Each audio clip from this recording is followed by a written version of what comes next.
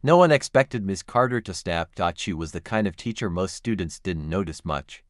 Soft-spoken, always polite, the type who remembered birthdays and gave second chances on missed homework. Every Monday, she'd wear the same neat, gray cardigan. Every Friday, she'd bring cupcakes for the students who made progress. She wasn't flashy, she wasn't strict, just quietly kind. But sometimes the quiet ones carry storms. It started like any regular Thursday at Jefferson. Hi. Students moved lazily through the halls, half asleep, waiting for the weekend. The bell rang, lockers slammed, and conversations bounced off the walls like tennis balls, mostly gossip, mostly harmless. But that day was different. A group of boys, seniors mostly, had grown bolder in recent weeks. They hung around the locker area between periods, acting like they ran the place. One of them, Brad, tall, cocky, always smirking, had become the kind of trouble teachers tiptoe around. He wasn't failing, but he didn't care about rules, and more than that, he liked to test limits, especially with people who wouldn't fight back. Ms. Carter had passed them in the hallway every day without a word. She knew what they whispered behind her back. She'd seen them mimicking her in gym class when they thought she wasn't looking. But she let it go. She always let it go. That's who she was. Until today. It happened just before fourth period. She was carrying a stack of papers, walking past the lockers toward her classroom, when Brad stepped into her path. At first, it looked harmless. Just another student trying to stall, maybe make a joke. Miss Carter, he said, dragging out her name. You dropped something. She paused. I don't think I did. Oh, wait. He grinned. It's your dignity. Laughter echoed from behind him. Miss Carter blinked, unsure if she heard him right. And then, with no warning, he reached out, too fast, and pulled at her shirt. The seam ripped at the shoulder, loud and sudden. The hallway froze. Ms. Carter's face went white. Not with fear, but something colder. Brad expected her to stutter, to cover herself and walk away, to do what she always did, nothing. Instead, she stepped forward. No yelling, no threats. Just a quiet shift in the air. What happened next was too fast for most students to even process. With one move, Miss Carter grabbed Brad's wrist, turned her body slightly, and locked his arm in a position that made his knees buckle. A second later, a sharp motion, clean and practiced. He was on the ground, holding his elbow, screaming in shock. No one laughed. No one moved. The hallway was silent except for Brad's groans. Ms. Carter stood still, calm, her breathing steady. She looked down at him and said, with complete control, "That's called consequence." The assistant principal came running down the hallway seconds later. Cameras were already out.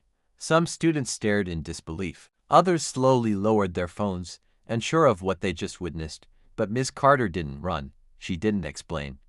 She just waited, not because she needed to prove anything, but because she didn't have to hide anymore. What no one knew was that she had trained in self-defense for 10 years. Her late father, a police officer, had made sure she knew how to protect herself. She'd never needed to use it until today. And she wasn't sorry she did.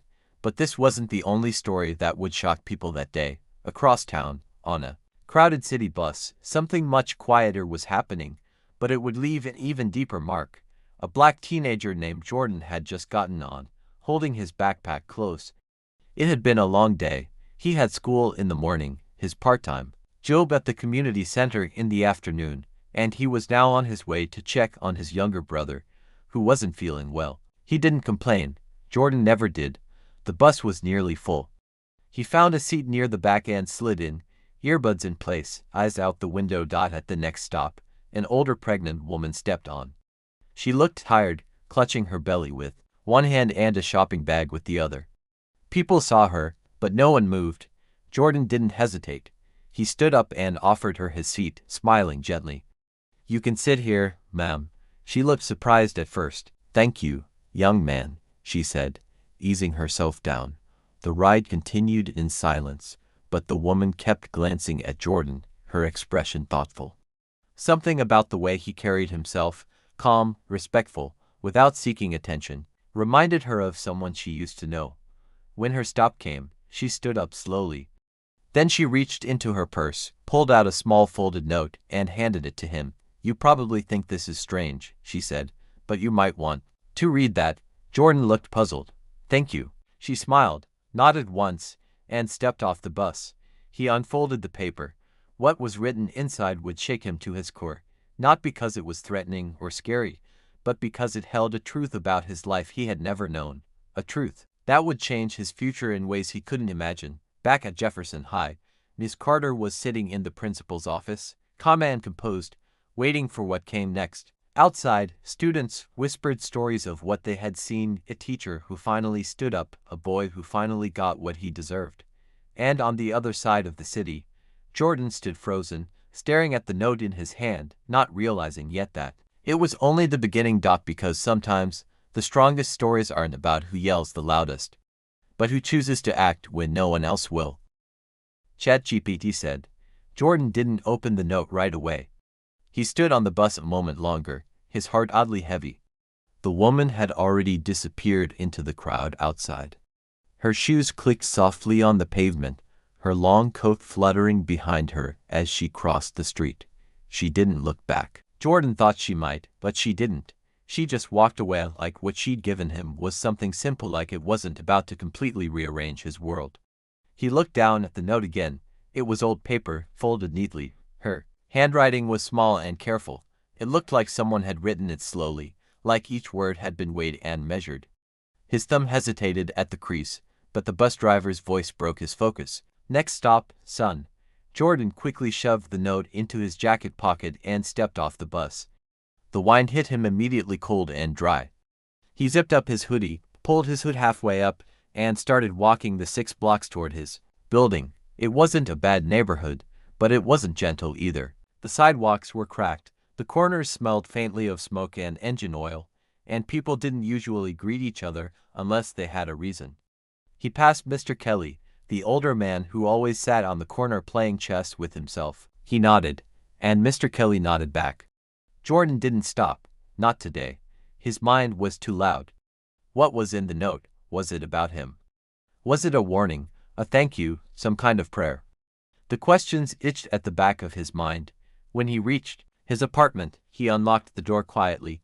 His mom was working late, as usual. His little brother Malik was curled up on the couch with a blanket and a cartoon playing at low volume. Jordan checked his forehead, still warm, but not too bad. He poured him a glass of water and sat beside him for a while, eyes still stuck on the note in his pocket. Meanwhile, back at Jefferson High, Miss Carter sat across from the principal, a man named Mr. Hargrove who had always tried to keep the school's reputation from crumbling. He was professional, careful with words, and clearly uncomfortable. Miss Carter, he started, I've had several students come forward saying Brad initiated contact. I just need to understand exactly what happened. She spoke calmly. He grabbed me. He ripped my shirt. I defended myself with as little force as necessary. There was no anger in her voice, only clarity. Mr. Hargrove nodded, scribbling something in a notebook. No one was seriously injured, thankfully. But Brad's family... Well, they're already talking about a formal complaint. Of course they are, she said, not flinching. Mr. Hargrove sighed. You've been here 6 years, never a single problem. I just want to make sure you're protected, but also, we need to handle this delicately. Miss Carter looked out the window. The sky was gray. Leaves moved in the breeze like tiny whispers. She didn't feel regret. She didn't feel like a hero either, just tired. Tired of letting people like Brad walk through life unchecked. Tired of being quiet to keep the peace.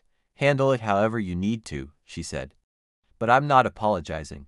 By the next day, the video had already circulated among students. It didn't show everything, just the moment where she turned, stepped, and sent Brad to the floor like a rag doll.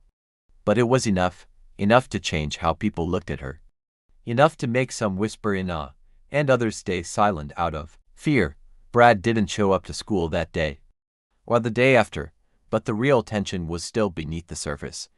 Jordan sat in his room late that night, Malik fast asleep in the next room, and finally pulled the note out under the lamp's light. He unfolded it carefully, like it might tear. There were only 3 lines written. I knew your father. He saved my life once. You deserve to know the truth about him. Go to 1419 Ashwood Street. Ask for Mrs. Evelyn. Jordan stared at the paper, his pulse suddenly loud in his ears. He had never known his father, not really. His mother had always Said he was gone before Jordan was old enough to understand. She didn't talk about it much. Sometimes he thought she avoided the subject on purpose, like there was something she couldn't bear to say. But this was something new. He pulled out his phone and typed the address into maps. It was on the other side of town, tucked between two older neighborhoods, not dangerous, but too far to walk. A bus ride, maybe two. He put the note down and sat back. His mind wouldn't stop spinning. Why had that woman, someone he didn't even know, gone out of her way to give him this? What could she have possibly meant by "saved my life"? And who was Mrs. Evelyn? Something about it felt real, heavy, like a door he'd never noticed had been opened just a crack, and now he couldn't ignore it. He didn't sleep much that night. At school the next morning, things felt different for both Miss Carter and Jordan, though neither of them knew just how connected their stories would become. Miss Carter walked into her classroom and felt the eyes on her. Some were nervous, some were curious. A few were admiring, but no one said a word. She wrote the date on the board, set down her lesson plan, and carried on like nothing had happened. Jordan walked through the halls quietly. A few students nodded at him, kids who never noticed him before. Maybe it was the video. Maybe it was the way he always held the door for people, or helped carry books when someone dropped them. Or maybe it was just the way he always stayed calm, no matter what. He didn't mention the note, not to his friends, not to his teachers. It felt too personal, too big. But inside, something had shifted. They were both walking through days that seemed normal on the surface, but nothing was normal anymore. Not really, because the truth was catching up to both of them. And it was only a matter of time before everything changed. Mr. Howard didn't sleep that night. After walking out of the school building, clutching his coat across his chest where his shirt had been torn, he didn't speak a word.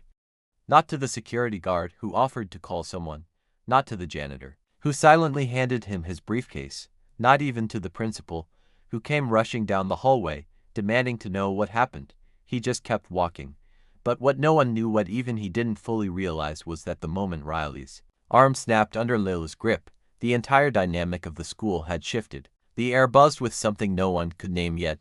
Fear, curiosity, power, truth. Layla didn't run. She didn't hide. She stood there, breathing heavy, her hijab slightly out of place, her eyes cold and clear like glass about to crack. She wasn't angry anymore, she was done. And somehow, that silence was louder than any scream. By the time security arrived and called the nurse, Riley was still howling on the floor. Blood from his lip mixed with the sweat dripping off his forehead. His friends had backed away. None of them laughed. None of them even spoke. It was as if the entire hallway had been frozen. Principal Harris had her hands full now. A teacher who wouldn't talk, a student who was suddenly both a victim and an aggressor, and a school caught in a storm of rumors. Phones had been out. Videos had been recorded. Snapshots of Layla standing over Riley were already spreading like wildfire. But what none of them could guess was that Layla wasn't just a girl with a bad day. She wasn't just a hijabi student who knew how to fight. There was a story behind her eyes that most had never asked about. A silence she carried with her that had weight. That night, as she sat on her bed, the soft sound of her grandmother reading Quran in the next room comforted her. The neighborhood outside was quiet. Her phone buzzed every few seconds, texts from classmates, unknown numbers, some praising her, some threatening her. She didn't answer any of them. Instead, she stared at her own hands. They didn't shake. They didn't tremble. They were calm. In another part of town, Riley's parents were at the hospital, arguing loudly with the ER doctor. They were demanding an arrest, claiming their son had been assaulted in cold blood, but the story was already out of their hands. There were too many witnesses. Too many voices contradicting Riley's version. And the footage. That wasn't something they could scrub clean. Still, Layla knew it wouldn't be simple. Being right didn't mean she was safe. The next morning, the school halls were filled with whispers. She flipped him with one hand. I heard she's like trained by Mossad or something. No, she's like ex-military or whatever. Her dad's some kind of agent. Layla walked through them quietly, head high, shoulders back. Every step she took echoed like a drum. Even the teachers looked, unsure of how to approach her. Ms. Griffin offered her a soft smile.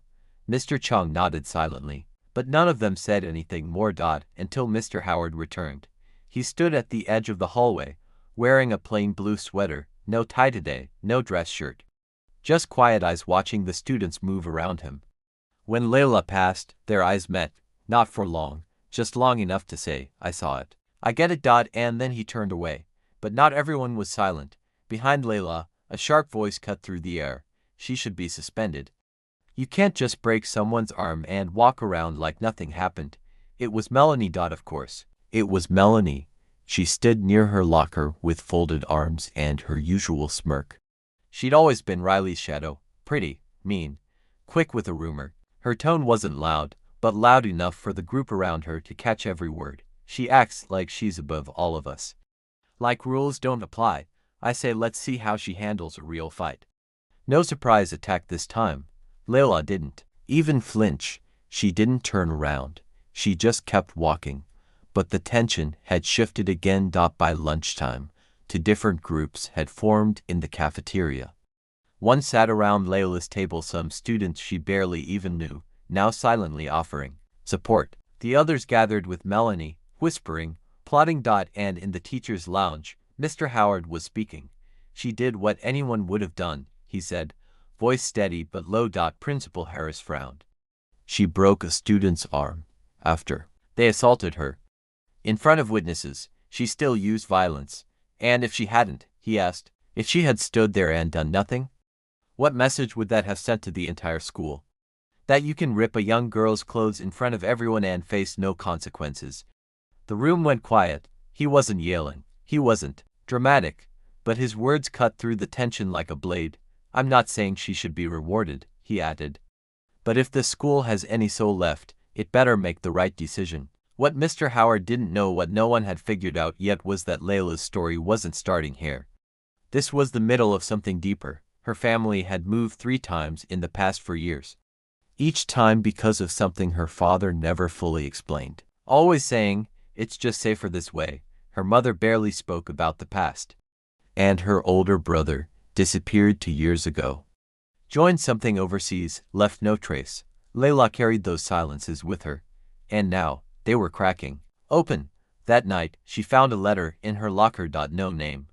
Just folded paper, written in sharp blue pen. You think you won.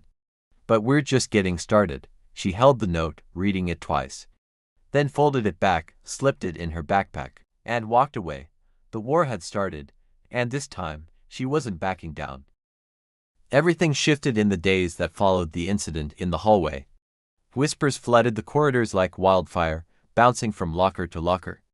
No one knew exactly what had happened inside that moment, but they all knew the result. Mr. Caldwell, the substitute teacher who once mocked others with a smirk, hadn't returned. And Ms. Rain, she walked the halls with the same quiet confidence as before, only now, her silence carried more weight. Students moved out of her way without being told. Some said Caldwell tripped. Others whispered that he provoked her. But the truth lay hidden, buried beneath silence, shame, and a growing sense of unease that gripped the staff and students alike. Nobody dared to ask Ms. Rain directly, and she wasn't about to explain. Behind the faculty lounge door, however, murmurs turned into conversations. Some teachers expressed concern, others accused. 1 or 2 even supported her in secret, but it was Principal Avery who felt the full pressure of it all. As he sat in his office that morning, the stack of parent complaints and a formal request for investigation from the school board weighed heavy on his desk. I'm not suspending her, not until we hear her side, he told the assistant superintendent on the phone. Yes, I understand the pressure, but we're not throwing her under the bus just because some students crossed a line. What he didn't know was that this wasn't the first time Ms. Rain had faced something like this. Late one evening, as she sat at her kitchen table with a cup of untouched tea, her phone buzzed with a message. It was from her younger brother, Eli. The message was short, just 2 words. They know. She stared at the screen, then slowly locked the phone and placed it face down. Back at school, Kayla, one of her senior students, couldn't get what she saw out of her mind. She'd been at her locker when it happened, close enough to hear the rip of fabric, to see the disbelief and hurt flash across Ms. Rain's face before it turned into something else. Something fierce, powerful, controlled. And then Caldwell was on the floor, his wrist at an angle no wrist should be. Since then, Kayla had felt torn. She wanted to say something, do something. But even her closest friends warned her to stay out of it. Still, curiosity pushed her forward. She stayed late after class one afternoon and quietly approached the teacher, Ms. Rain. She asked gently, "I saw what happened. Are you okay?" There was a pause. Ms. Rain looked up from her papers and met Kayla's eyes with calm steadiness. "You don't need to worry about me," she replied. "But thank you. I'm not worried about you," Kayla replied honestly. "I'm worried about everyone who thinks you're the villain." Ms. Rain gave a small smile, though it didn't reach her eyes. "Sometimes it's easier for people to pick the story they already believe," she said. "Even if the truth is standing right in front of them." Elsewhere in the school, two students who had once bragged about what they did to Caldwell were now becoming nervous. One of them, Matt, was unusually quiet during lunch. The other, Ricky, was still trying to play it cool but couldn't ignore the way students stared at them now. The tables had turned, and not in their favor. "What if she tells the board everything?" Matt asked, gripping the edges of his tray tightly. "She won't," Ricky said. "She knows she'd get fired too." But even he didn't sound convinced. Meanwhile, the investigation into the incident had quietly begun. A district officer visited the school under the pretense of observing, but everyone knew why she was really there. Students were pulled aside for quiet interviews. Teachers were asked to write statements. Tension grew like a coiled spring. One morning, a visitor arrived at the school. She wore a dark blue blazer, walked with purpose, and went straight to the main office. No one knew her name, but she introduced herself to Principal Avery as Ms. Pierce, official liaison from the board. Avery greeted her with polite firmness. "You're welcome to observe, but let's be clear. We don't rush to judgment here." Pierce didn't smile. "And we don't ignore protocol either." That same day, word spread that a decision could come by the end of the week. Some students grew defensive of Ms. Rain, while others whispered cruel theories. But none of them knew the full truth, not about the hallway, and definitely not about Ms. Rain's past. That night, she found herself staring at a dusty photo. On her mantel, her and Eli, years ago, both in academy uniforms, standing side by side in front of the tactical training center. Back then, life had been different, simpler, in a way. She hadn't expected to end up in a high school classroom. But teaching gave her something that missions never had: connection, meaning. Now, that purpose felt like it was slipping. She closed her eyes, remembering Caldwell's smirk, the sound of fabric tearing, the stunned silence, and the way her training kicked in without hesitation. She didn't strike out of rage, she'd reacted to a threat. But the world never sees it that way, not when a woman defends herself. Especially not when the woman doesn't explain. By Thursday, the pressure hit its peak. Students gathered outside the office as news broke. Ms. Rain had been asked to meet with the board in person. The school buzzed with rumors. Was she getting fired? Was Caldwell pressing charges? In the middle of it all, Kayla stood near the lockers, heart pounding. She had something to say, something that could change everything. But the words stuck in her throat until she saw the hallway door open. Ms. Rain walked through calmly, her expression unreadable. Every step echoed down the quiet corridor. She didn't speak, she didn't break stride. But her eyes met Kayla's, just briefly, enough to pass something unspoken, a quiet resolve, a strength that hadn't faded. Kayla took a breath, then turned and started walking toward the office too, because some stories deserve to be told, even when the truth is hard, even when the cost is high. And especially when no one else is willing to speak.